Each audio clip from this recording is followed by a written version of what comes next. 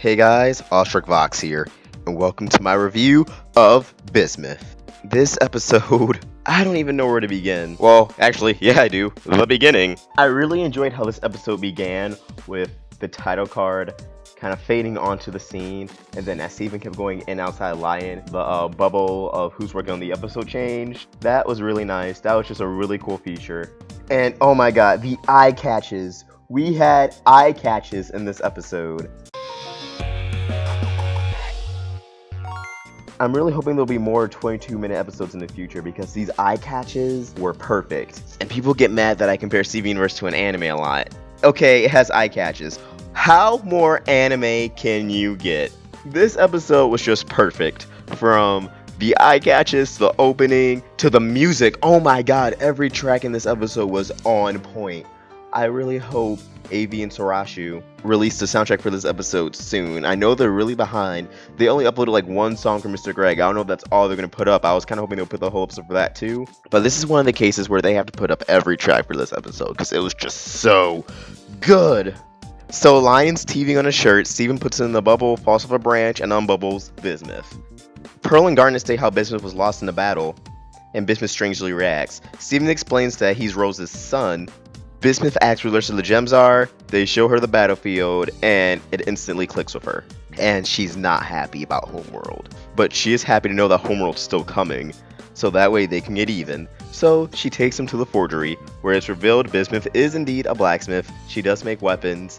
The gems get weapon upgrades, Pearl's spirit becomes a trident, Garnet's gauntlets gets a boost, and Amethyst gets flare heads attached to her whips. And oh my god, that sparring sequence was amazing! Bismuth wants Steven to join in on the sparring, but he says he has other rituals. Video games, TV, the works. We cut to nighttime, they're all about to go to bed, when Bismuth takes Steven back to the forgery and shows him the breaking point, her ultimate weapon. It shatters gems, and Steven doesn't agree with this, and that's when it's revealed Rose didn't either, and Bismuth tries shattering Steven for it, for disagreeing, saying that Rose was a bad leader. She totally had a Jasper moment where she's calling Steven Rose, refusing to believe that Steven's not Rose, lashing out on him, projecting onto him, taking her anger out on him, and Steven is freaking out, and ultimately, he has to impale Bismuth to save his life, but he tells Bismuth, this time he'll tell them what happened. And she states, if you're really gonna do that, then you're already better than her. And Bismuth is bubbled. And the episode ends right there. Oh my god, so much to talk about. So many things came to light. But first off, one thing I want to address. Bismuth said Rose came from the ground on Earth. She was a court soldier. And that should deconfirm that Pink Diamond isn't Rose, right? I mean, I disagree with that theory too. That should shut down any theory that Rose isn't from Earth. She's just a normal quartz, right? Wrong. We found out in this episode, Rose really did have a habit of lying. She lied about what happened to Bismuth. The gems has said before, Rose kept many secrets. So, it's not out of the realm of logic that Rose lied about where she came from, about who she really is. We also may finally find out what kind of gem Centipedal is. And I would like to thank Twitter user Centipedal Crystal Gem, or Centipedal_CG, for pointing this out to me. They mentioned that they pulled out, and forgive me if I'm pronouncing this wrong, nephrite out of the cockpit of a ship. I'll never forget the look on that nephrite's face when you pulled her out of the cockpit. And if you look up a nephrite gem, it looks similar to Centipedal in both color and sometimes even shape. So just food for thought there. That might be Centipedal's gem after all. And if that wasn't Centipedal specifically, it could have been another crew of nephrites. Another thing we found out, which kind of disappointed me, is there are other Bismuths on Homeworld. I was really hoping Bismuth was going to be especially made by Rose. It's because she didn't look like the other gems, and she has what Steven calls an innie. And yeah, my theory about Steven and Bismuth having some kind of sibling relationship was wrong.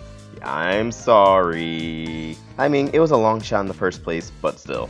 But not that disappointing. But the question still remains, was that Bismuth who pooped Lapis? Her and Peridot were in this episode, and I was really anticipating on Bismuth seeing them, freaking out over the diamond insignias, and lunging after them. But dreams can't all be real.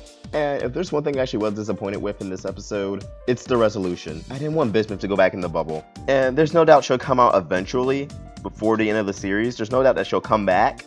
But I was hoping that the episode would end with her not being in the burning room.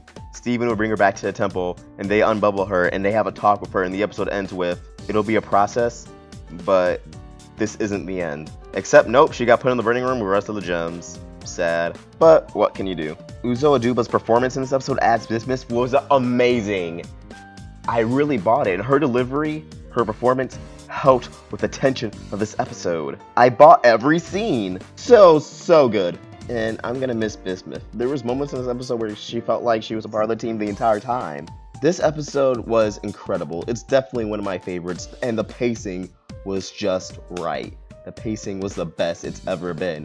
We need more 22-minute episodes, and we definitely need more eye catches, let me tell you. And we got another hint that Pearl belonged to a diamond, because in the beginning BISMUTH goes, "Who do you belong to?" And Pearl goes, "Nobody," joking around, insinuating that Pearl did belong to a diamond and that she no longer does. Make of that what you will. Overall, this episode was great. Not exactly what I was expecting. I was expecting some flashbacks, some new gems in those flashbacks. My only real complaint is, why would they introduce all these gems just to get rid of them in the same episode? Centipede came back, gone by the end of the episode. Yep, now she's in her ship, not healed or anything. BISMUTH gets unbubbled. Well, we can't really calm her down and talk things out, so I guess we're just gonna have to bubble her. I just thought they were trying to build up gems to fight Yellow Diamond soon, but I don't think that's even gonna happen by the end of the season.